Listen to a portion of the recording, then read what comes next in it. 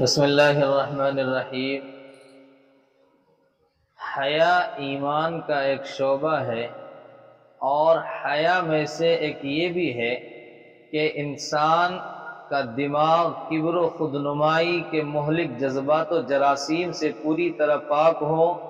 کبریائی صرف اور صرف ذات خداوندی کو زیب دیتی ہے۔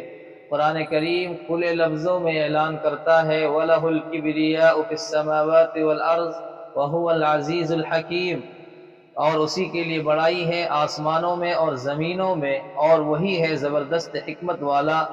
زمین پر اکڑ کر چلنا اور سر کو متکبرانہ انداز میں ہلانا جلانا قرآن و حدیث کی نظر میں سخت ناپسندیدہ ہے۔ قرآن کریم میں فرمایا گیا وَلَا تَمْشِ فِي الْأَرْضِ مَرَحًا إِنَّكَ لَن تَخْرِقَ الْأَرْضَ وَلَن تَبْلُغَ الْجِبَالَ طُولًا، اور مت چل زمین پر اکڑتا ہوا، تو پھاڑ نہ ڈالے گا زمین کو اور نہ پہنچے گا پہاڑوں تک لمبا ہو کر۔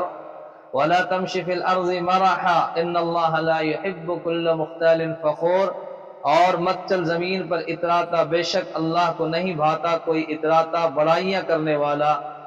اور نبی کریم علیہ السلام نے فرمایا کہ اللہ تعالیٰ فرماتا ہے بڑائی میری چادر ہے اور عظمت میری ازار ہے، جو ان میں سے کوئی چیز بھی مجھ سے لینے کی کوشش کرے گا میں اسے جہنم میں داخل کروں گا۔ اس حدیث کو ابو داؤد شریف میں اور مسلم شریف میں حضرت ابو ہریرہ رضی اللہ تعالی عنہ سے نقل کیا گیا ہے۔ اسی طرح ایک حدیث میں ہے لا يدخل الجنت احد فی قلبہ مثقال حبۃ خردل من کبریاء، کوئی بھی ایسا شخص جنت میں داخل نہ جائے ہوگا جس کے دل میں رائی کے دانے کے برابر بھی تکبر ہو۔ تکبر کرنے والوں کو قیامت کے دن چیونٹیوں کی طرح آدمیوں کی صورت میں جمع کیا جائے گا، ذلت ان کو ہر طرف سے گھیرے ہوگی، ان کو جہنم کے قید خانہ کی طرف لے جایا جائے گا جس کا نام بولس ہوگا، ان پر آگوں کی آگ بلند ہوگی اور انہیں دوزخیوں کا پیپ وغیرہ پلایا جائے گا جس کا نام طینۃ الخبال ہوگا۔ اسی طرح آدمی برابر اپنے نفس کو تکبر کی جانب کھینچتا رہتا ہے تاکہ اس کا نام سرکشوں میں لکھ دیا جاتا ہے، بس اسے بھی وہی عذاب ہوگا جو ان متکبرین کو ہوگا۔ ایک حدیث کے اندر رسول اللہ صلی اللہ علیہ وسلم نے ارشاد فرمایا جو اللہ کے لیے ایک درجہ انکساری کرے اللہ تعالیٰ اس کا مرتبہ بلند کرتا ہے تاکہ اسے علیین میں اعلیٰ مقام تک پہنچا دیتا ہے، اور جو اللہ پر ایک درجہ تکبر کرتا ہے تو اللہ تعالیٰ اس کا مرتبہ گھٹاتا ہے حتیٰ کہ اسے جہنم کے سب سے نچلے درجہ میں پہنچاتا ہے۔ تکبر سے بچتے رہو، اس لیے کہ تکبر آدمی میں پایا جاتا ہے اگرچہ اس پر بزرگی کا چوغا ہو۔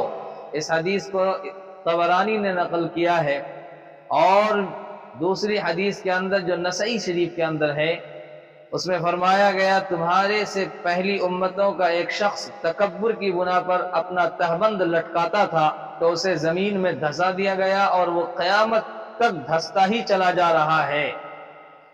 اسی طرح بخاری شریف کے اندر عبداللہ ابن عمر رضی اللہ تعالی عنہ سے روایت ہے کہ اللہ کے رسول صلی اللہ علیہ وسلم نے فرمایا جو شخص بڑائی کی وجہ سے اپنے کپڑے کو ٹخنے سے نیچے لٹکائے تو اللہ تعالیٰ قیامت کے دن اس کی طرف رحمت کی نظر نہ فرمائے گا۔ اور اسی طرح ایک حدیث میں جو شخص اپنے آپ کو بڑا سمجھے اور چال میں تکبر کا اظہار کرے تو اللہ تعالیٰ سے اس حال میں ملے گا کہ اللہ تعالیٰ اس پر غصہ ہوگا۔